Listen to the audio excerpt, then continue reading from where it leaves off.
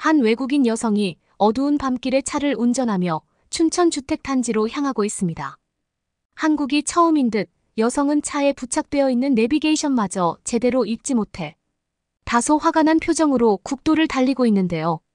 그런데 바로 그 순간 외국인 여성은 운전석 앞쪽에 펼쳐진 광경을 보고는 헉하는 소리를 내며 눈이 휘둥그레지고 맙니다.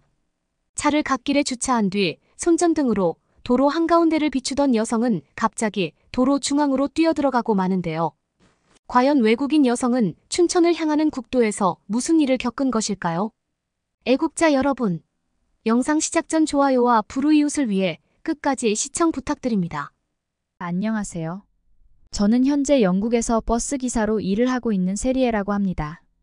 저는 얼마 전 3년이나 넘게 다니던 영국 버스 회사를 퇴사하고 마지막 퇴사 여행으로 한국을 다녀오게 되었는데요. 퇴사를 하고 난 직후 저와 친하게 지내던 친구들은 이왕 퇴사를 했으니 다른 일을 구하기 전에 마지막으로 어디 해외여행이라도 다녀오는 것은 어떻겠냐며 제안을 했고, 뜬금없이 저에게 요즘은 한국 여행이 인기가 많다며 저의 한국 여행을 부추기기 시작했습니다. 그때 당시 영국 버스 회사의 적은 노동임금과 체계 없는 시스템에 너무나 지쳐있던 저는 한국에 대한 아무런 정보도 찾아보지 않은 채 그저 될 대로 되라는 식으로 한국행 비행기를 예매하게 되었죠. 평소 한국이라는 나라를 전혀 알지 못하고 있던 것은 물론 미국을 제외한 다른 나라를 여행했던 경험이 단 한 번도 없었던 저는 그저 지치고 쉬고 싶다는 생각 하나로 무계획 한국행 비행기에 올라타게 되었습니다. 그저 조용한 숲속 같은 곳에서 쉬고 싶은 마음이 있었던 저는 한국의 지도를 펼치고 춘천이라는 곳을 최종 여행 목적지로 선택한 뒤 별다른 짐도 챙기지 않은 채 한국에 도착하게 되었습니다. 아무런 일정의 계획과 여행의 준비 없이 한국으로 떠나는 저의 모습에 친구들은 완전히 미쳤다며 손가락질을 했지만 인간관계와 사회생활에 지쳐있던 저는 그저 쉴 곳이 필요했죠. 그런데 처음으로 도착한 춘천이라는 도시는 왜인지 모르게 제가 그토록이나 원하던 이상적인 도시의 모습을 가지고 있었습니다. 제가 태어난 나라인 영국에서는 조용히 자연을 즐기며 여유를 즐기기에는 너무나 불편한 점이 많은 나라였지만 한국은 이것과는 정반대의 도시 인프라를 가지고 있었어요. 특히 복잡한 곳을 여행하고 싶지 않았던 저는 이러한 이유로 춘천이라는 도시를 선택했는데 어째서인지 한국의 춘천은 숲이나 공원, 그리고 산과 매우 가까운 인프라를 가지고 있으면서도 생활 편의시설에서는 너무나 훌륭했는데요. 평소 콘택트 렌즈를 착용하던 저는 영국에서 살아갈 때에는 렌즈 하나를 사기 위해 차를 타고 30분 이상 이동해야만 도시 번화가에서 렌즈를 살 수 있었는데 영국보다 더 공기 좋고 울창한 자연을 가지고 있던 한국의 춘천은 그저 3분만 차를 타고 이동하면 콘택트 렌즈는 물론 거대한 마트까지 이용할 수 있는 인프라가 이미 구성되어 있었습니다. 생각지도 못한 너무나 편리하고 제가 딱 원하던 여행에 저는 영국에서 버스 기사로 생활하던 때의 악몽을 조금씩 잊어나갔고 기분이 좋아지기 시작했습니다. 내친 김에 저는 그저 눈에 보이는 숙박시설에서 머무를 예정이었지만 에어비앤비를 이용해 춘천에서 장기간 동안 머무를 수 있는 숙소를 찾아보기 시작했고 그중 너무나 아름다운 단독주택 형식의 게스트하우스를 발견할 수 있었습니다. 그런데 예약한 숙소는 너무나 마음에 들었으나 저는 무언가 굉장히 이상하다는 의문을 가지게 되었는데요. 보통 영국에서의 경우 이처럼 에어비앤비가 활성화되어 있기는 하나 자연과 가까운 오지의 위치에 숙소가 자리 잡고 있는 경우 예약을 할 때면 꽃가게 주인에게 전화가 와서 저의 물건을 잃어버리거나 제가 위험해질 수 있다는 사실에 각서 형식의 동의를 받아내고는 했는데 어째서인지 춘천에 있는 단독주택 에어비앤비 숙소에서는 이러한 조항이 전혀 보이지 않았습니다. 다소 이상하다는 생각이 있었기는 했지만 저는 춘천의 에어비앤비 호스트가 잠깐 조항을 잊었겠지라는 생각에 예약을 하고 난 직후 곧바로 그곳 숙소 주인분에게 전화를 걸었습니다. 몇 번의 통화 연결은 끝에 저는 휴대폰 번역기를 통해 안녕하세요 라는 매우 어색한 인사말을 건넸고 상대의 한국인 주인분께서는 제가 외국인인 것을 인지하자 어디 나라의 사람인지 물어보신 뒤 곧바로 능숙한 영국어로 대화를 이어나가기 시작했습니다. 영국에서조차도 중심 도시와 조금 떨어진 지역에 거주하시는 분들은 아직도 영국식 영어를 제대로 구사하지 못하는 경우가 많은데 영국에서 살지 않는 한국인 분이 너무나 자연스럽게 영국 영어를 구사하는 상황에 저는 다소 당황하고 말았죠. 약간의 일정에 대한 질문을 이어나가던 저는 곧바로 한국인 주인분에게 왜 저에게 물품, 도난의 책임을 지지 않겠다는 계약 조항과 생명에 대한 계약 조항 문서를 전달해주지 않는지 질문을 건넸고, 잠시 뒤 들려온 한국인 분의 대답은 저를 충격에 빠뜨리고 말았습니다. 한국인 에어비앤비 호스트 분께서는 자신의 게스트하우스에 혹시 모를 비상 상황에 대비한 CCTV는 물론 곧바로 경찰 출동이 가능한 경비업체 시스템까지 설치되어 있다는 말과 함께 대한민국 그 어디에서도 이제 단순 도둑을 찾아보기는 힘들 것이라는 믿지 못할 이야기들을 해주셨는데요. 불과 몇 개월 전만 하더라도 영국 집에서 낮잠을 자던 중 저의 컴퓨터와 자동차를 도둑 맞았던 경험이 있던 저로서는 한국의 이러한 시스템이나 한국인 호스트분의 말들이 전부 거짓말처럼 느껴지기 시작했고, 영국이 꽤 선진국이라고 생각했는데 한국은 그 이상인 것인가라는 상식을 뒤바꾸는 의문까지 생기기 시작했습니다. 지연이라는 이름을 가지고 있던 에어비앤비 한국인 호스트분께서는 제가 있는 위치를 물으시더니 자신의 차를 이용해 저를 데리러 오겠다고 하셨고, 그렇게 저는 약 10분 뒤 저를 데리러 오신 에어비앤비 주인 지연 씨를 만날 수 있었습니다. 다소 나이가 있을 것이라고 생각했던 것과 달리 지연 씨는 저와 비슷한 나이의 젊은 여자분이셨지만, 그녀가 몰고 있는 차의 뒷좌석은 단독주택의 정비에 쓰이는 톱과 망치는 물론 예초기까지 자리 잡고 있었고, 저는 그러한 모습이 굉장히 멋있어 보이더군요. 그런데 약 20분의 시간이 걸려 지연 씨의 게스트하우스에 도착한 저는 믿을 수 없는 광경에 그만 입을 다물지 못했습니다. 영국에서는 엄청난 부촌으로 가야만 볼 수 있는 고급화 형식의 단독주택이 춘천 주택단지에는 너무나 평범한 듯 무려 수십 개 이상의 집들이 모여 있었기 때문인데요. 심지어 그러한 춘천의 단독주택 집들은 대부분의 집들이 영국에서는 단 한 번도 보지 못했던 경비 시스템은 물론 혹시 모를 범죄 상황에 대비한 CCTV들도 이미 여러 곳에 설치가 되어 있었습니다. 지연 씨는 CCTV를 살펴보고 있던 저를 보고는 실제로 이곳에서 에어비앤비 호스트 활동을 시작하고 약 2년의 기간이 지났지만 현재까지 CCTV를 살펴볼 일이 전혀 없었다면서 도저히 믿을 수 없는 이야기까지 해주더군요. 한국에서는 아파트만 유명하다고 알고 있었는데 실제로 보니 더욱 경이로웠던 것은 바로 한국의 주택이었습니다. 제가 머물게 될 시의 게스트하우스는 통창의 유리와 함께 마당에는 엄청난 크기의 수영장이 있었고, 한쪽에는 고기를 먹을 수 있는 바비큐 시설까지 설치되어 있었습니다. 수영장이 있는 단독주택이라니 영국에서는 평생 동안 돈을 모아야만 하는 이러한 고급 수영장 시설이 한국의 주택단지에서는 너무나 평범한 것처럼 보였고, 심지어 지연 씨는 겨울의 경우 원하는 고객이 있으면 수영장에 뜨거운 온수까지 채워준다면서 점점 제 상식을 무너뜨리기 시작했습니다. 실제로 영국에서는 정말 완전한 중심도심가를 제외하고는 가스보일러 시스템이 굉장히 낡아 있거나 아예 설치되어 있지 않은 곳이 많아 온수 자체가 나오지를 않는데, 한국의 춘천 주택단지는 주변이 젊고 아름다운 자연경관에 둘러싸여 있었음에도 따뜻한 온수물이 그저 수도꼭지를 틀기만 하면 나왔습니다. 한국인들에게는 그저 당연하고도 평범한 일상이었겠으나 영국의 부모님, 집에서 머무를 때마다 가스버너를 이용해 수돗물을 끓여서 썼던 저에게는 그야말로 이곳이 천국이나 다름이 없었죠. 자연을 보면서 따뜻한 물로 수영장 시설도 이용하고 고기도 먹을 수 있다니 저에게는 그야말로 천국이었지만, 지연 씨는 이러한 모든 것들을 누리는 것에는 그렇게 큰 돈이 들지 않았다면서 자신도 그저 평범한 게스트하우스를 운영하고 있는 것이니 그만 놀래라는 농담까지 하더군요. 그렇게 30분이 넘게 춘천의 게스트하우스 단지를 살펴보며 구경을 하던 저는 정말로 한국에서 살고 싶다는 마음마저 생기기 시작했습니다. 이미 저는 영국에서 다니고 있던 버스 회사를 퇴사했던 후라 더더욱 그런 갈증은 커져만 갔고, 지연 씨에게 살짝 물어보니 영국에서 버스 기사로 활동을 했었으면 한국에서도 기사 경력을 살려 쉽게 취직을 할 수도 있을 것이라며 조언까지 해줬습니다. 지연 씨와 친해진 저는 지연 씨의 제안으로 저녁에 구워 먹을 고기를 사러 같이 마트를 가기로 했고, 그렇게 저는 지연 씨의 차를 다시 한번 얻어 탄 뒤 춘천의 대형마트로 향하게 되었습니다. 그런데 차에 타고 약 5분 뒤 갑자기 하늘에서는 비가 내리기 시작했는데요. 처음에는 그저 이슬비 내렸지만 비는 금세 폭우로 바뀌기 시작했고, 지연 씨는 춘천에서는 폭우가 그렇게 신기한 현상은 아니라면서 원래 비가 많이 오는 지역이니 걱정 말라는 마음 편한 소리를 늘어놓았습니다. 하지만 제가 태어난 나라인 영국에서는 폭우가 내리기 시작하면 안 그래도 열악한 생활 인프라 시스템이 완전히 일시 정지되는 것은 물론 일을 제대로 하지 않는 영국 공무원들의 방식 때문에 출근조차 하지 못한 채 꼼짝없이 집에 갇혀야만 했는데요.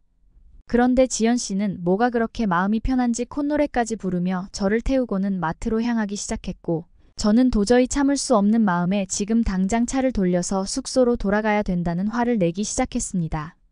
하지만 지연 씨는 급작스럽게 화를 내는 저의 모습에 굉장히 당황한 듯 보였고, 저를 이해하지 못하는 눈치였어요. 급작스러운 저희 숙소 복귀 요청에 지연 씨는 대체 무엇이 문제냐며 저를 안정시켜주기 시작했고, 그러던 와중 제 시야에는 무언가 굉장히 이상한 물체가 도로 갓길에 세워져 있는 것이 보였습니다. 검은색 상자 안에 들어있던 그곳의 우산은 마치 파라솔의 크기만큼 매우 큰 크기를 가지고 있었는데, 저는 이렇게 비싼 우산을 무료로 나눠준다고라는 생각이 들 정도로 모든 상황이 이해가 되지 않았습니다. 그리고 잠시 후 차를 완전히 정차시킨 뒤 저에게 뛰어온 지연 씨는 춘천은 외곽 지역에 사는 거주민들이 많아 이렇게 비가 많이 오면 춘천 주민이나 공무원분들이 폭풍 후 상황에 대비할 수 있는 몇 가지 물건들을 이처럼 도로 갓길에 나눔 형식으로 놔두는 경우가 있다는 놀라운 말을 하더군요. 저는 지연 씨에게 지금 이 우산은 누가 봐도 새 것이고 파라솔 크기만큼 거대한데 이것을 진짜로 주는 것이냐고 다시 한번 물어보았고, 지연 씨는 당연히 춘천 주민이라면 그 어떤 누구라도 무료로 가져가서 사용하면 된다는 말을 해줬습니다. 저 또한 당황스럽다는 생각이 들기도 했지만 그곳에서 굉장히 튼튼해 보이는 우산을 챙긴 뒤 곧바로 지연 씨의 차에 탑승하고 저희는 빠르게 숙소로 돌아오게 되었죠.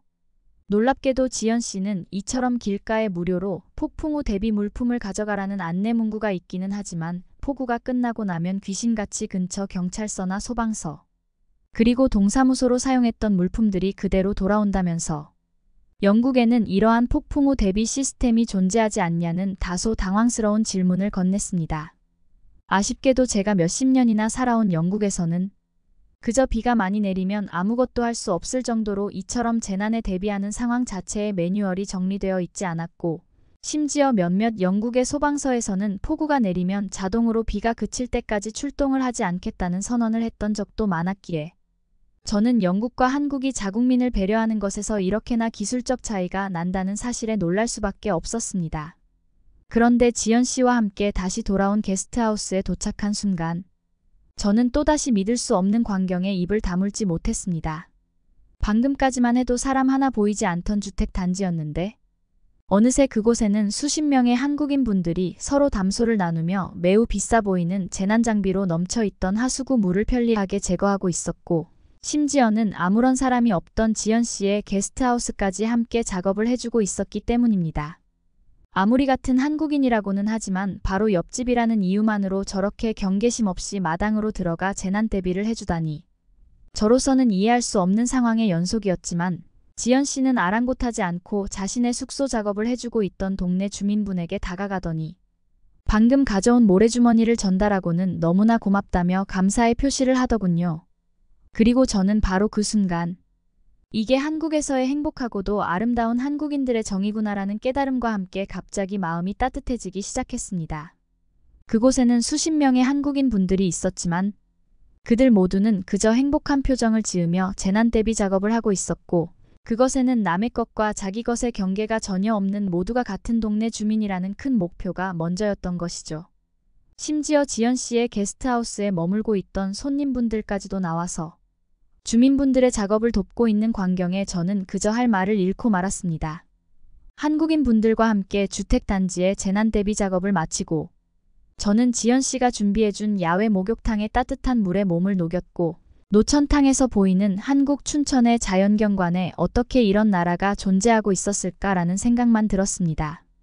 조용하면서도 휴식이 있었지만 전기와 온수를 사용할 수 있었고, 심지어 인터넷마저 초고속 인터넷으로 사용할 수 있는 한국의 도시 인프라 시스템은 제가 정말로 바라던 그런 꿈만 같은 생활을 할 수 있는 곳이었죠.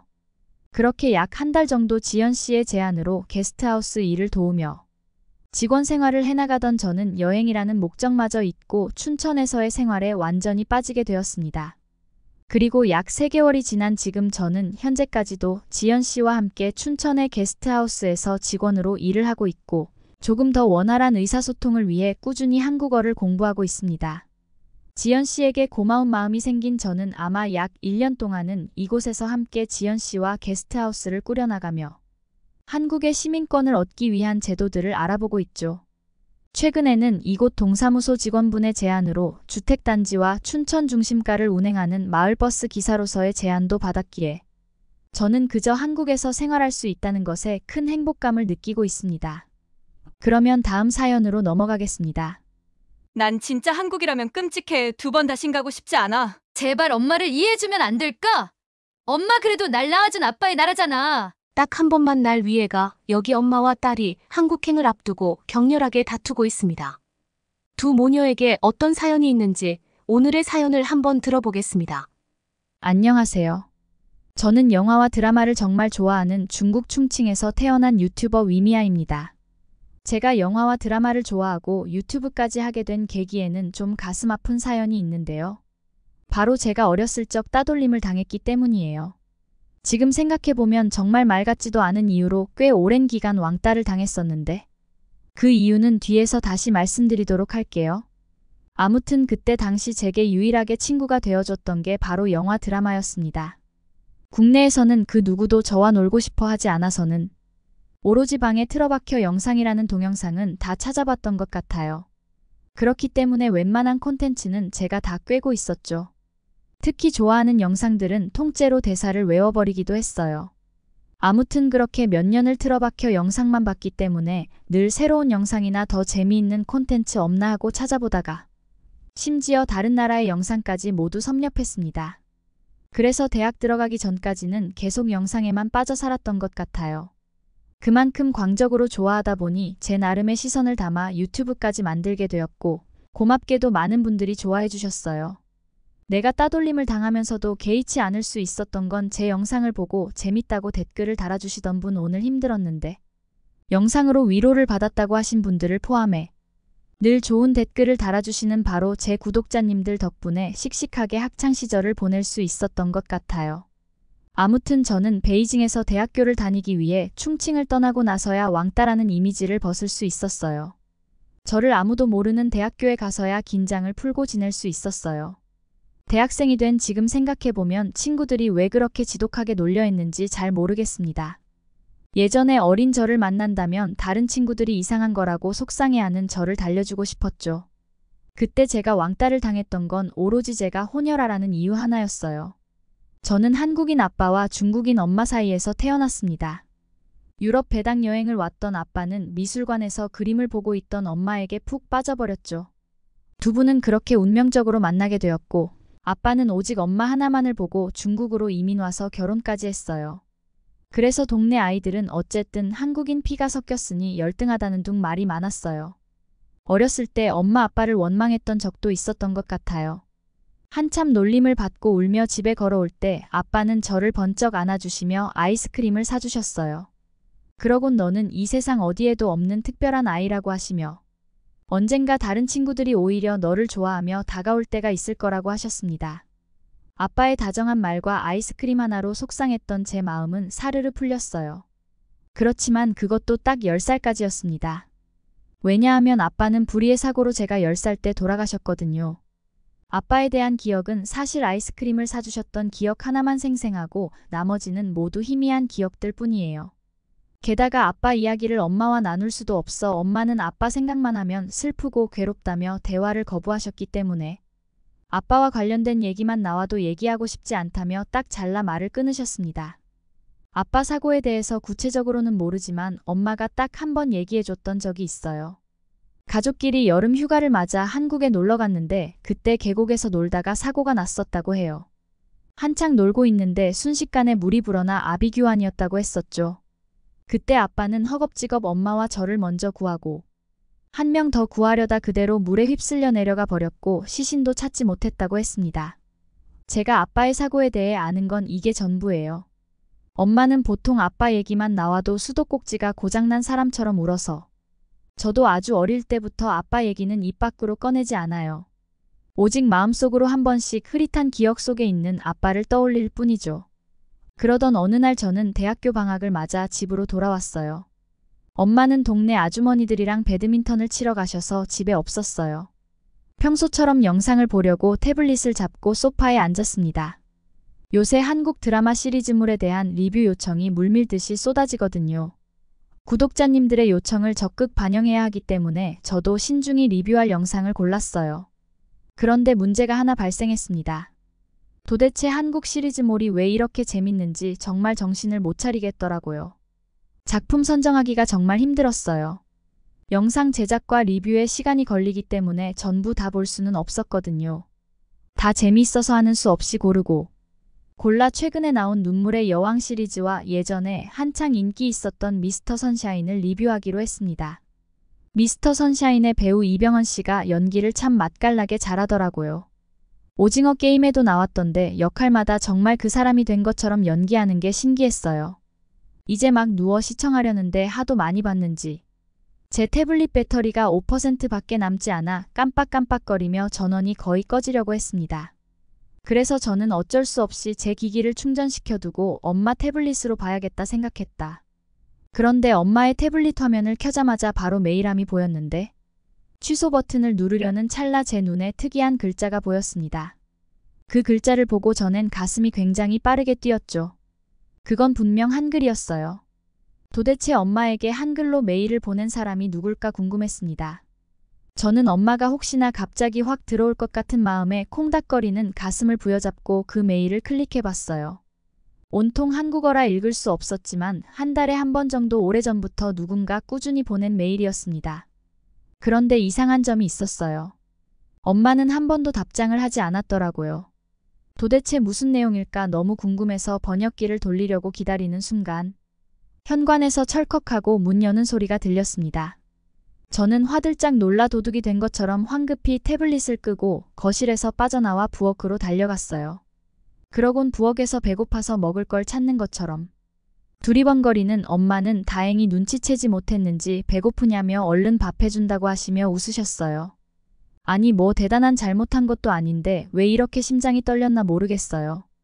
이건 다 한국과 관련된 얘기만 나오면 치를 떨고 싫어하는 엄마 때문이었죠. 저는 그냥 모른 척 넘어갈까 했지만 도저히 그 메일의 내용이 궁금해 한시도 참을 수 없었습니다. 그리고 엄마가 부엌에서 요리하시는 틈을 타 다시 번역기를 돌렸어요. 그 메일을 읽어보고 저는 충격에 휩싸였습니다. 번역기라 좀 엉성한 문장이 많았지만 메일을 보낸 사람은 아빠의 여동생인 것 같았어요. 아빠에게 여동생이 있다는 것도 저는 처음 알게 되었죠. 그분은 저희 둘의 안부를 궁금해하시며 잘 지내고 있냐고 물었고 언제라도 마음이 내키면 답장을 꼭 달라고 하시기도 했죠. 그리고 조카를 한번 꼭 보고 싶다고 혹시 사진이라도 한번 보내줄 수 있냐고 물어보기도 하셨어요. 너무 애틋하고 다정하게 저와 엄마를 걱정하고 있는 메일이었습니다. 엄마는 왜 답장을 보내지 않는 건지, 왜 제게 고모가 있다는 사실조차 알리지 않은 건지 궁금했어요.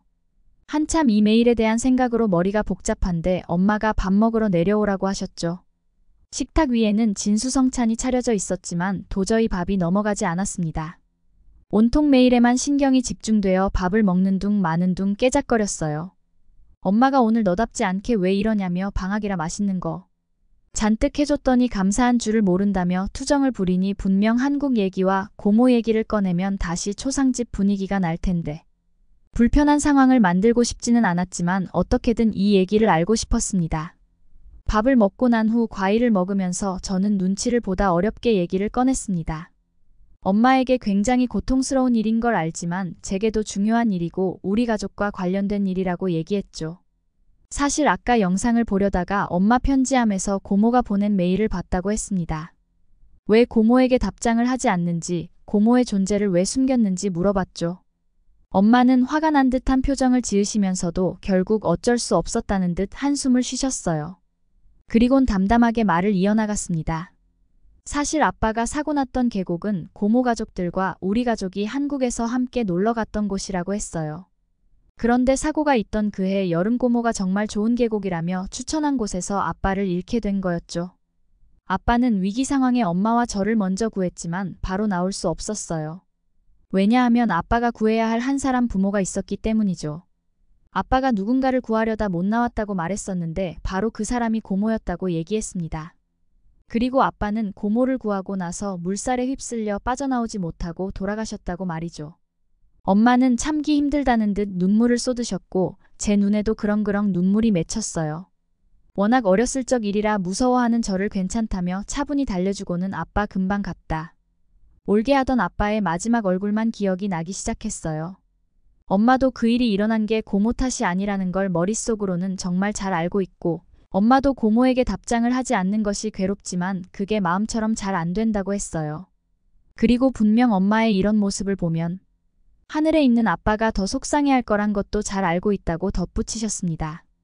저는 엄마의 말을 듣고 나서 그제야 비로소 엄마의 행동들이 어느 정도 이해가 되었습니다. 도저히 엄마에게 뭐라고 얘기해야 할지 몰라 그냥 엄마를 안고 토닥거려줬어요. 그리고 그날 밤 침대에 누워 생각에 잠겼습니다. 아빠가 떠난 지도 이제 10년이 넘어가고 있는데 엄마는 여전히 사고에서 벗어나지 못한 것 같았습니다. 이젠 엄마도 어느 정도 아빠 얘기를 편하게 할 수 있어야 그 일에서부터 치유가 된 게 아닐까 하는 생각이 들어 여전히 이렇게 슬픔에 잠긴 엄마를 보는 건 엄마를 위해서라도 하루빨리 해결하고 넘어가야 할 것 같았어.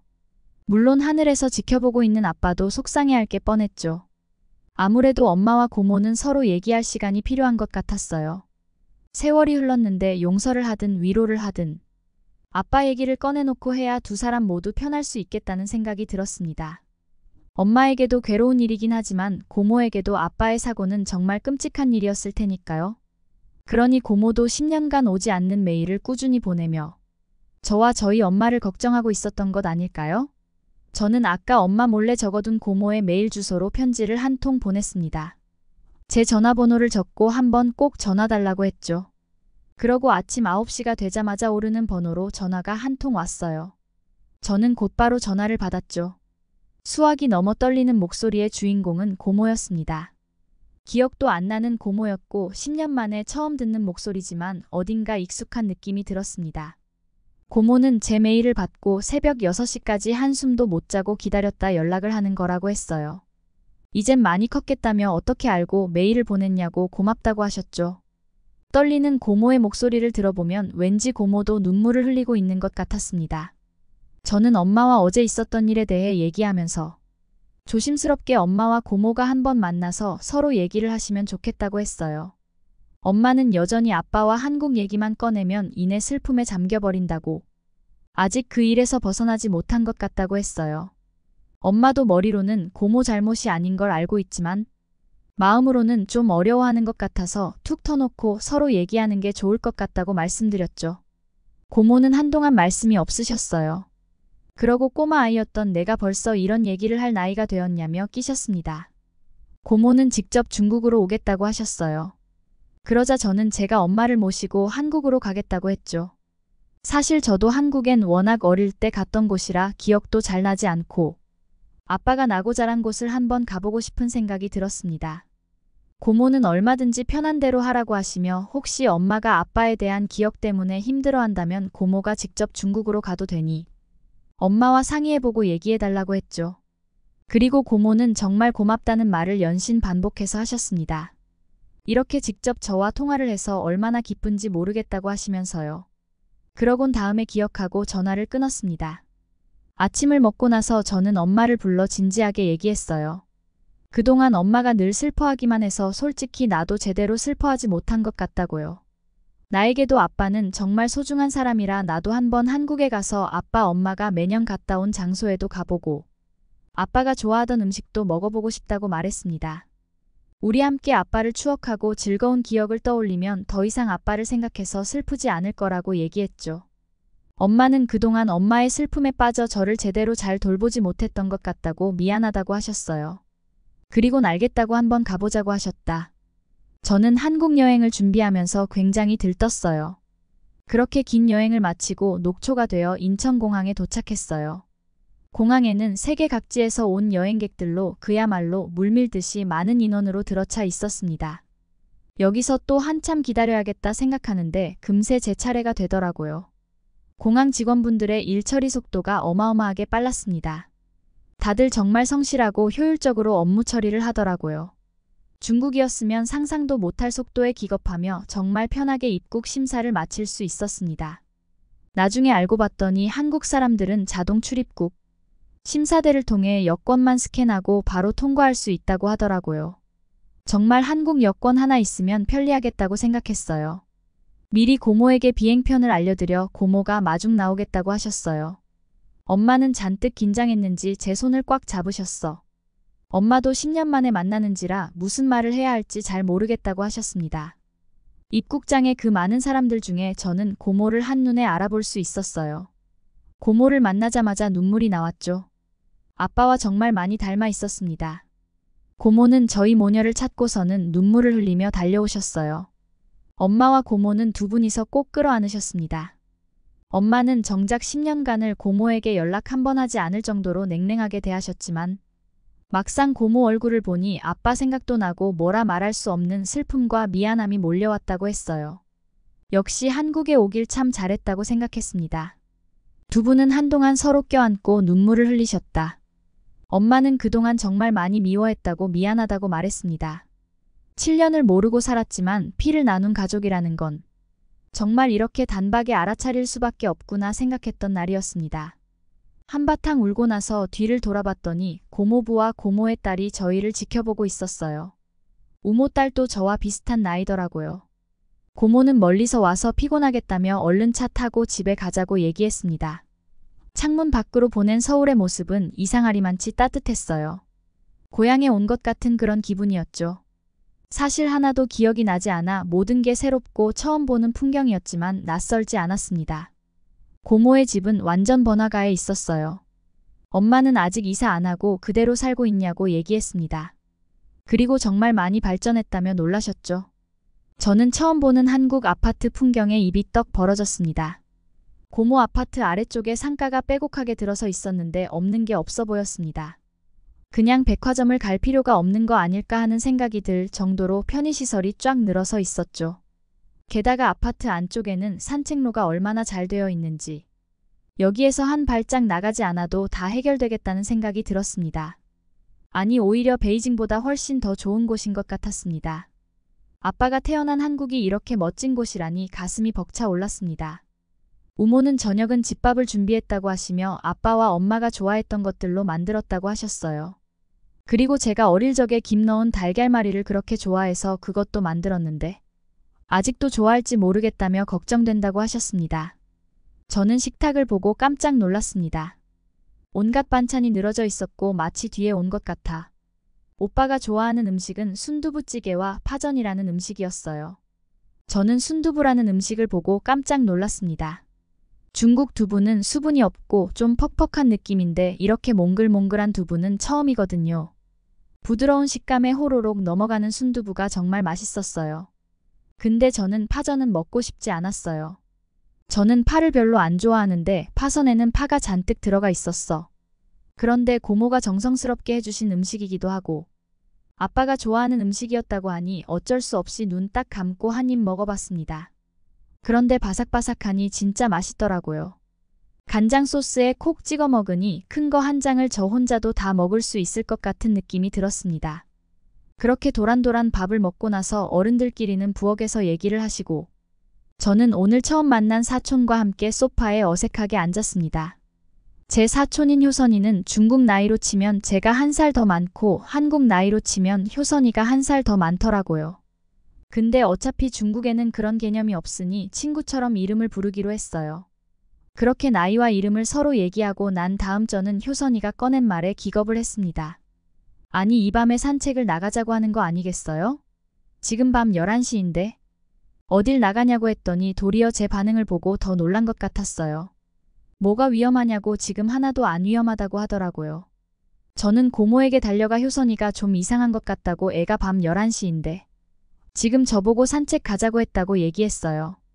고모와 고모부 엄마는 서로 바라보며 깔깔 웃으셨습니다. 엄마는 여긴 한국이라 괜찮다고 하셨어. 저 빼고 다들 이상한 것 같았습니다. 저는 효선이의 손을 꼭 붙들고 조금이라도 위험하면 바로 돌아올 거니까 그렇게 알라고 하고 밖으로 나왔습니다.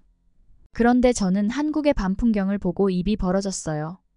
그야말로 평화로움 그 자체였습니다. 반짝이는 거리의 가로등과 네온 사인 불빛 아래 사람들은 각자 저마다의 시간을 즐기고 있었어요. 이런 저녁 시간이 가능하다니 놀라웠죠. 게다가 문을 연 가게들은 어찌나 많은지 중국과 비교되었습니다. 저는 너무 신기해서 유튜브 라이브를 켜서 중국 사람들에게 이 풍경을 보여주고 싶었습니다. 실시간 라이브를 켜서 얼굴을 비추고 지금 밤에 나와 있다고 하니 다들 어서 들어가라며 뭐 하냐며 제 걱정을 했습니다. 그래서 저는 화면을 돌려 한국의 밤거리를 비추는데 이게 말이 되냐고 모두들 깜짝 놀랐습니다. 채팅창이 너무 빨라 다 읽지도 못할 정도로 사람들의 반응이 폭발적이었어. 너도 처음엔 걱정이 돼서 조금이라도 위험하면 바로 뛰어들어갈 거라고 했는데 하나도 위험하지 않아 정말 신기해서 라이브를 켰다고 말했어요. 그러자 갑자기 옆에 있는 여자는 누구냐며 효선이에게 관심이 쏠렸죠. 제 한국 사촌 효선이라고 소개해주자 구독자님들이 정말 좋아했어요. 저는 제가 통역해 줄 테니 간단하게 자기소개를 해달라고 했습니다. 그런데 저는 효선이의 행동에 기겁했어요. 아니 효선이는 유창한 영어로 자기소개를 하는 것뿐만 아니라 영어로 적힌 댓글도 빠르게 읽고 질문에 대답까지 하는 거예요. 효선이의 유창한 영어 실력에 정말 깜짝 놀랐습니다. 라이브 방송을 종료하고 효선이에게 어떻게 그렇게 잘하냐고 물었더니 이 정도는 기본 아니냐고 하는데 더욱 대단하다는 생각이 들었죠. 한국 사람들이 그렇게 똑똑하다더니 이런 데서 알 수 있는 건가 하는 생각이 들더라고요. 집에 돌아가 보니 엄마와 고모는 그간 쌓였던 것들을 모두 다 푼 것처럼 보였어요. 두 분 다 편안한 얼굴을 하고 있었다. 그날 밤 엄마는 제 손을 꼭 잡으며 한국으로 올 수 있게 해줘서 정말 고맙다고 하셨어요. 그리고 내일은 아빠와 데이트하던 한강에 가서 자전거를 타보자고 하셨죠. 한결 편안해진 엄마를 보면서 저도 덩달아 마음이 포근해졌습니다. 이젠 즐거운 마음으로 함께 아빠를 추억할 수 있을 것 같아서 기뻤죠. 그렇게 엄마와 즐거운 한국 여행을 마무리하고 다시 중국으로 돌아왔어요. 다음 한국 여행은 어디로 가면 좋을까요? 알려주세요. 그러면 다음 사연으로 넘어가겠습니다. 아니, 따라할 거면 제대로 따라하던가! 여기는 대만의 한가게 한 남성이 물을 뒤집어 쓴 채 먼 허공만을 바라보고 있습니다. 이내 이 남성은 무언가를 굳게 결심한 듯한 모습인데요. 대체 이 남성은 어떤 결심을 한 건지 한번 알아보러 가실까요? 안녕하세요. 저는 대만 명문대학교 한국어학부에 다니고 있는 장우옌이라고 합니다. 대만인인데 웬 한국어학부라고 생각하시는 분들께서도 많겠지만 제가 한국어학부에 입학하게 된 계기를 들으면 아마 놀라실 거예요. 아무래도 저희 학부 다른 친구들에 비해서 제가 한국어학부에 들어오게 된 계기가 좀 특별한 편이더라고요. 저도 물론 다른 친구들처럼 K-팝에 빠져서 한국어학부에 들어온 건 맞지만 자세히 들여다보면 좀 다르답니다. 다른 친구들처럼 최근에 유명해진 아이돌이 아니라 거의 30년도 넘은 가수 덕분에 한국어학부에 들어오게 되었거든요. 자세히 말씀드리면 저는 초등학생 때부터 아빠가 한국 노래에 푹 빠져 계셔서 자연스럽게 한국어에 관심을 가질 수 있었어요. 아빠는 제가 초등학생일 때 지금처럼 직장에 다니시지 않고 늘 기타를 메고 다니시면서 집에서 노래를 부르고 계셨어요. 아침에 일어나서 씻고 학교 갈 준비를 할 때도, 학교에서 돌아와 방에서 숙제를 하고 있을 때도, 심지어 잠들기 전에도 아빠는 늘 한국 산울림 밴드의 노래를 입에 달고 사셨죠. 당시 한글을 전혀 몰랐던 저는 아빠가 부르는 노래가 무슨 뜻인지는 하나도 알지 못했지만 아빠의 중저음 음색이 너무 좋아서 아빠 다리에 기대어 누워 눈을 감고 노래를 듣곤 했답니다. 엄마는 항상 거실을 지나가다 말고 아빠 등짝을 찰싹하고 치시면서 한국 노래를 그만 좀 부르라고 뭐라 한마디 하셨어요. 하지만 산울림 앨범을 한번 틀기 시작하면 밤늦게까지 들으시는 걸 보면 엄마도 어쩔 수 없다는 듯 한숨을 쉬며 고개를 절레절레 저으시곤 했습니다. 음악을 듣는 내내 아빠는 가만히 계시지 않고 이 노래가 제목이 뭔지 어떤 내용의 노래인지 항상 저에게 일일이 설명해 주셨어요. 산울림은 마치 한국의 비틀즈 같은 존재라고 그만큼 위대한 밴드라고 늘 강조하셨죠. 하지만 초등학생이었던 저는 비틀즈가 누구인지 산울림 멤버들이 어떻게 생겼는지조차 몰랐기에 그저 아빠 말씀에 호응하듯 고개를 끄덕이며 웃기만 했던 것 같습니다. 당시 아빠가 즐겨 들으시던 노래의 제목을 어렴풋이 생각해보면 창문 너무 어렴풋이 옛 생각이 나겠지요랑 회상 너의 의미 정도였어요. 그 중에서도 창문 너머 어렴풋이 옛 생각이 나겠지요를 제일 많이 들려주셨는데 아빠가 그 노래를 부를 때면 저는 노래가 꼭 자장과 같아서 항상 아빠 무릎에 머리를 기대고 어느새 잠이 들곤 했답니다. 너의 의미라는 노래는 노래를 듣는 것만으로도 아름다운 향기가 방 한가득 퍼지는 듯한 그런 노래였어요.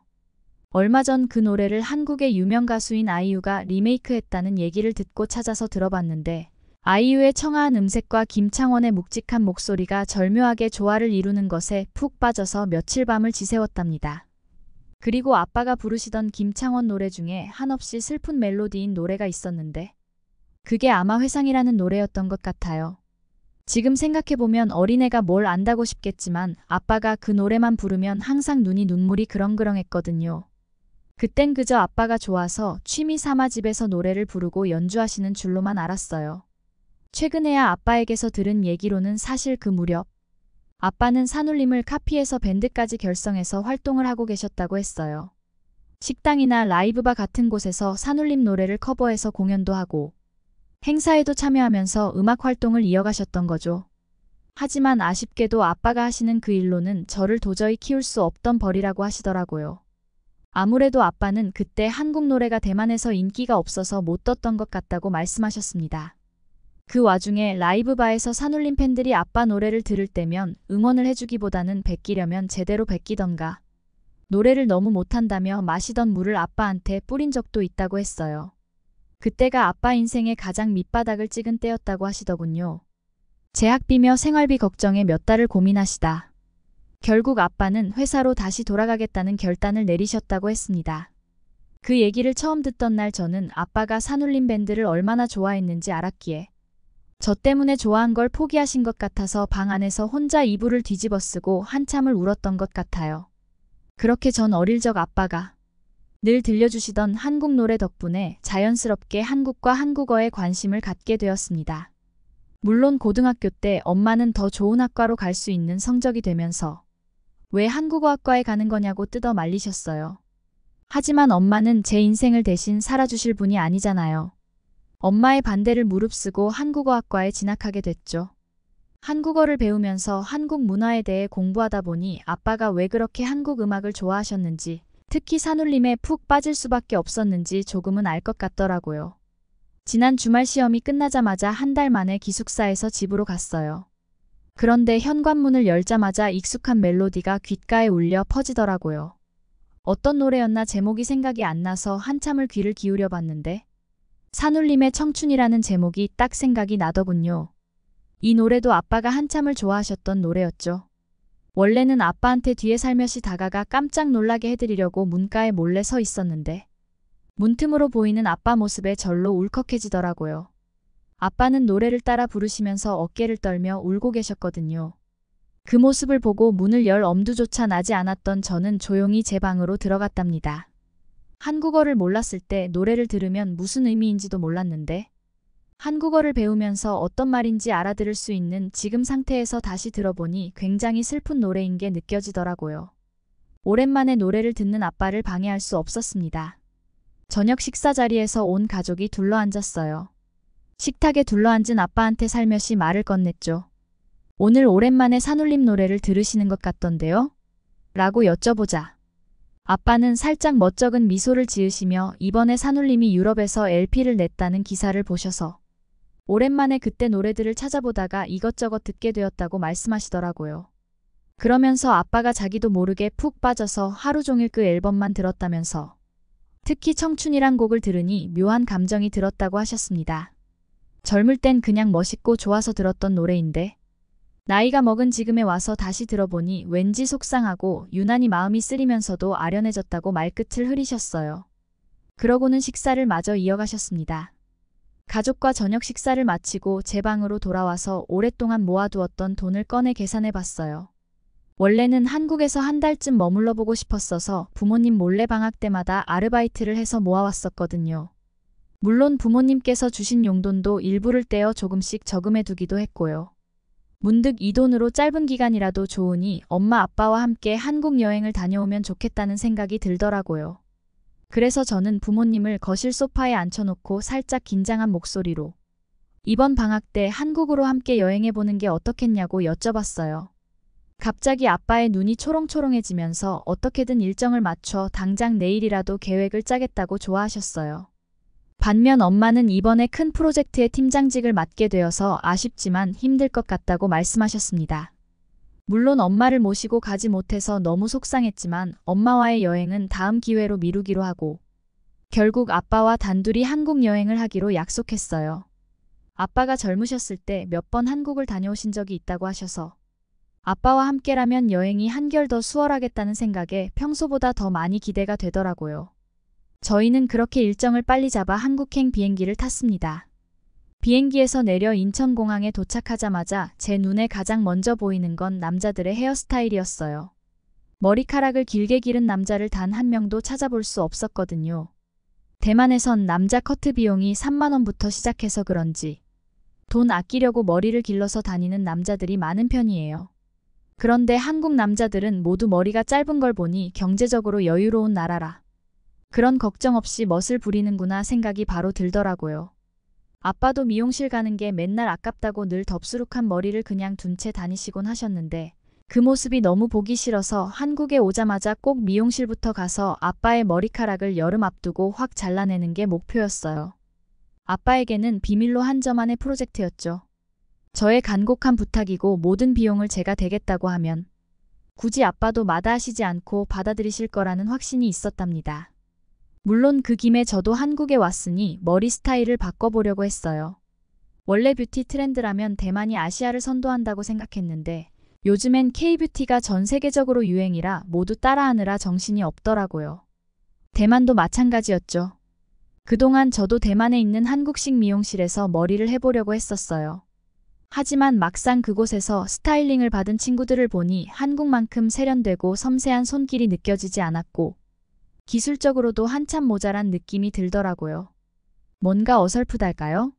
그래서 진짜 한국스러운 스타일을 제대로 경험해보려면 역시 직접 한국 땅을 밟아야겠다고 결심했죠.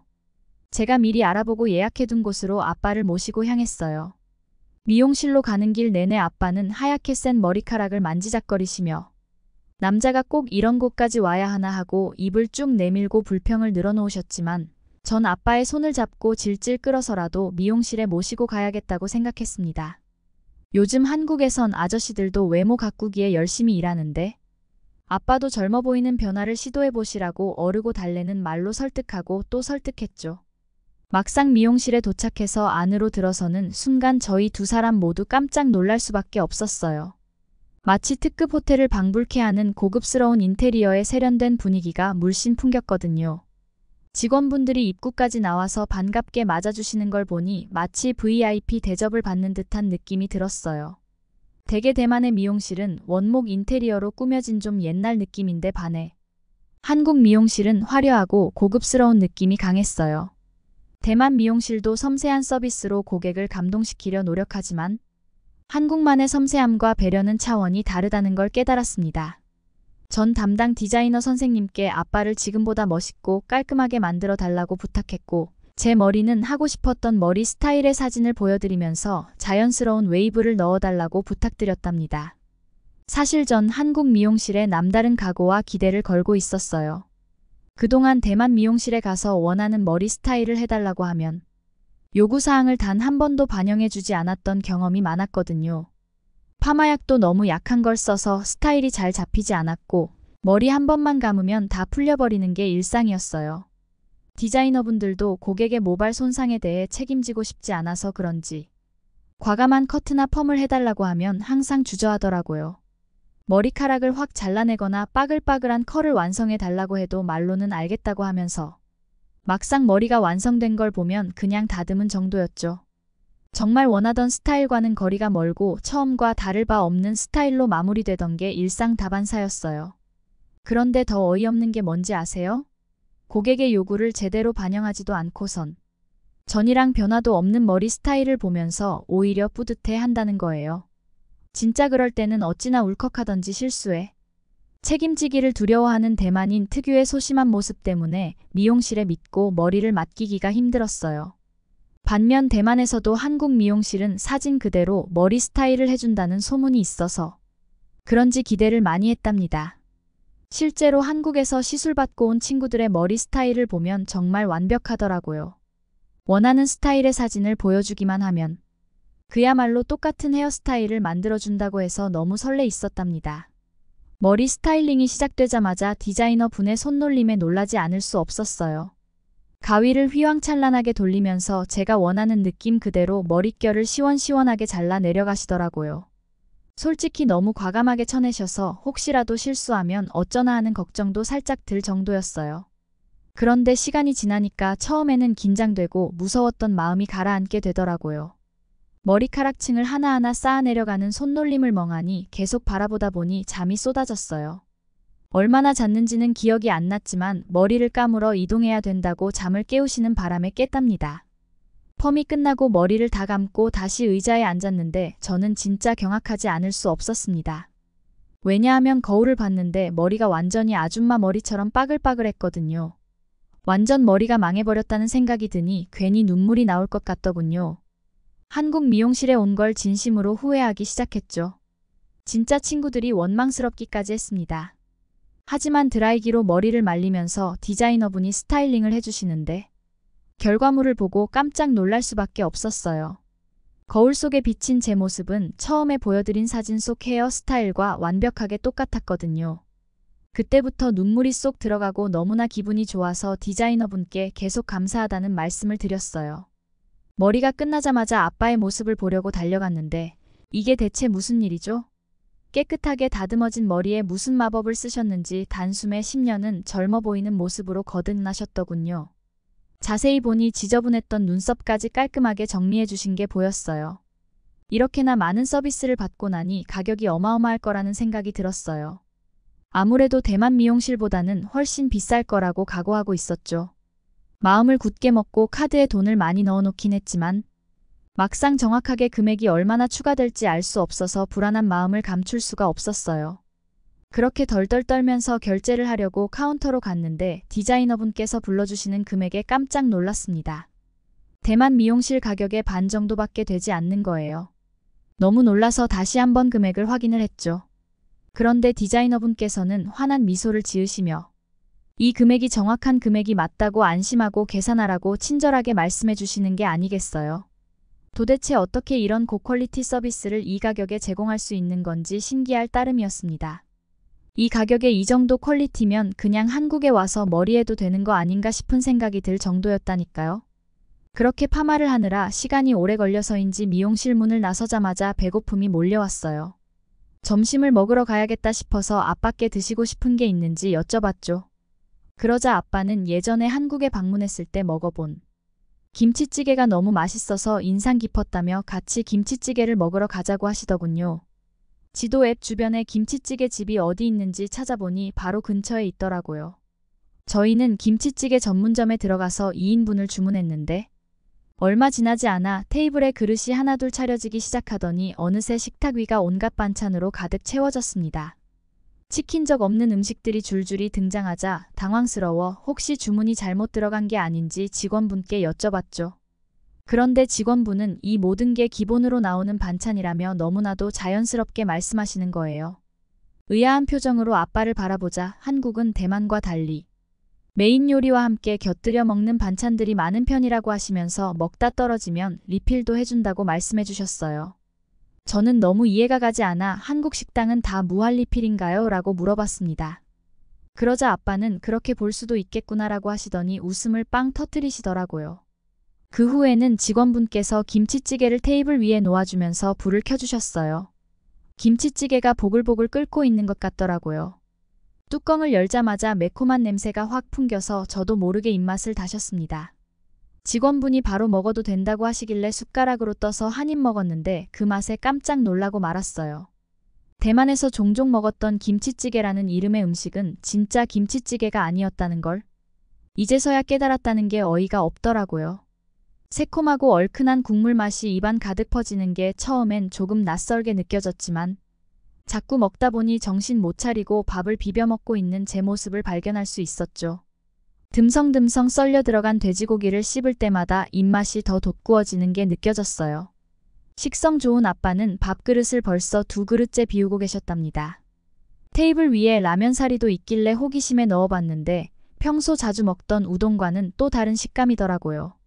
쫄깃한 면발에 매콤한 국물 맛이 더 잘 배어들어서 우동사리보다 훨씬 맛있었어요. 김치찌개와 맛깔난 반찬들을 군침이 돌 정도로 맛있게 먹은 뒤 저는 아빠와 함께 식사 후 산책 삼아 청계천을 따라 걷기 시작했어요. 도심 한복판에 이렇게 잘 가꿔진 아름다운 하천이 있다는 게 정말 놀라웠죠.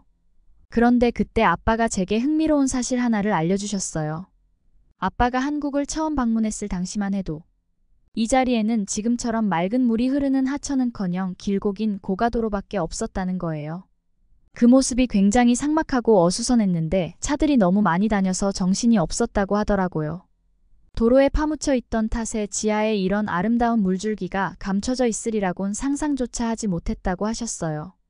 그때를 회상하시던 아빠 말씀으로는 옛 서울의 풍경은 마치 잿빛 도시 같았는데 그에 비하면 지금의 서울은 정말 눈부시게 발전했다고 감탄을 연발하셨답니다.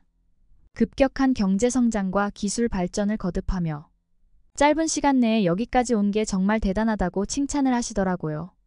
저도 공감이 되었던 게 제가 어릴 때만 해도 BTS나 블랙핑크 같은 K-팝 스타가 전 세계를 휩쓸 거라곤 상상도 못했는데 이런 거 보면 짧은 기간에 이렇게까지 발전한 한국이 대단하긴 하더라고요. 그렇게 아빠와 나란히 걸으며 이런저런 이야기를 나누다 보니 어느새 저희 앞에 낡은 음반 가게 하나가 모습을 드러냈어요. 그 안을 들여다보니 요즘엔 보기 힘든 레코드판들이 빼곡히 진열돼 있었죠. 저는 살면서 이렇게 많은 레코드판을 한자리에서 본 건 처음이었어요. 레코드판이라곤 그저 가끔 카페 인테리어용으로 벽에 걸려 있는 것만 봐왔던 터라 신기하더군요. 아빠는 혹시나 하는 마음에 이 중에 산울림 밴드의 음반이 있을까 싶어 레코드판을 하나하나 꺼내 살펴보기 시작하셨어요. 저도 곁에서 열심히 찾아보았지만 아쉽게도 원하는 앨범은 끝내 찾아내지 못했습니다. 너무 감사드린다고 인사하며 가게에서 나와보니 어느새 하늘이 어둑어둑해지고 있었어요. 이런 멋진 풍경 보면서 맥주 한잔하면 딱이겠다 싶었는데 아빠도 같은 생각이셨는지 분위기 좋은데 술 한잔 할까 하고 물어보시더라고요. 전 당연히 좋다고 했죠. 그랬더니 아빠가 갑자기 예전에 한국 와서 가봤던 술집 얘기를 꺼내시는 거예요. 그 술집이 정말 아늑하고 정겨웠는데 아직도 하고 있을지 모르겠다면서 스마트폰으로 검색을 해보셨어요. 하지만 워낙 옛날에 가셨던 술집이라 그런지 어디 있는지 도무지 찾을 수가 없었어요. 어쩔 수 없이 근처 치킨집에 가서 치맥이나 시켰죠. 시원한 맥주랑 치킨을 먹는 내내 아빠는 계속 그 술집에 대한 추억을 저한테 얘기해 주셨어요. 술집 이름도 굉장히 단순한 한글 단어였는데 그 가게는 사장님뿐만 아니라 손님들도 직접 기타를 치면서 노래를 부르는 게 특징이었다고 하시더라고요.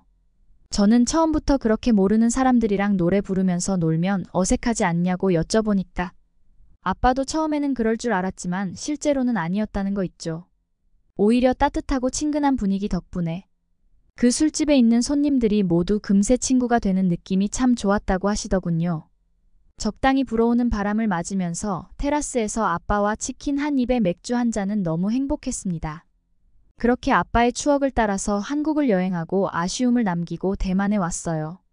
그때 아빠가 너무 아쉬워하시던 모습이 생각나서 대만에 돌아와서도 그 술집을 찾아보려고 했지만 워낙 한국에 술집이 많다 보니 찾아내는 게 사실상 불가능하다는 생각이 들더라고요. 사실 제가 이렇게 글을 쓰게 된 이유는 혹시나 아빠가 가셨던 술집을 아시는 분이 있으실까 해서였어요. 아빠가 그 술집을 찾으면 한국을 꼭 다시 갈 거라고 하시더라고요.